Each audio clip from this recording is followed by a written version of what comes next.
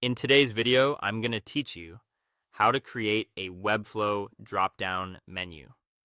By the end, you'll have a clean built-in drop-down that behaves the way you expect and feels great to use. We'll keep things simple and stick to the essentials with a quick adjustment to a key setting so your menu doesn't snap shut the moment someone moves their mouse. First, open your project in the Webflow designer. Give it a moment to load the canvas and the side panels. On the left, you'll see the main toolbar and the add panel where all elements live. On the right, you'll find the settings and styles.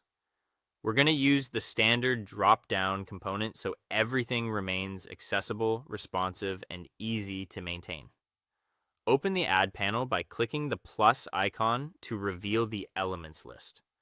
Scroll until you see the components section and locate the drop-down element. Click it to select it. This is the fastest and most reliable way to insert a ready-made drop-down without reinventing the wheel. With the drop-down element selected, place it onto your canvas where it belongs, such as inside a nav bar or within a section. You'll see two main parts: the drop-down toggle, which is the button visitors click or hover on, and the drop-down menu, which holds your links. Webflow's default structure ensures the markup and interaction patterns are consistent, so you get solid behavior across devices.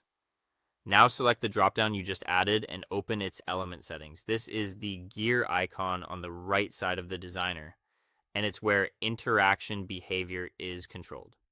Here, you can confirm whether the drop-down opens on click or hover, and you can preview how it behaves.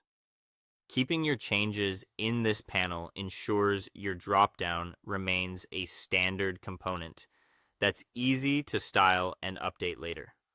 Locate the close delay option and click it to adjust the timing. The close delay adds a short pause before the menu closes after a user moves their cursor away.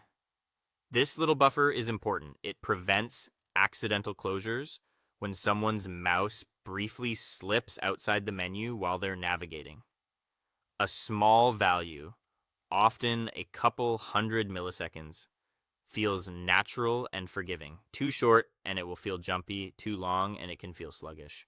Test it at a modest setting and fine-tune based on how dense your menu is and how quickly users will move through it. That's it. You now have a functional drop-down in place with a thoughtful close delay that improves usability. From here, you can style the toggle and menu items in the Styles panel, rename labels for clarity, and preview your page to confirm everything feels smooth.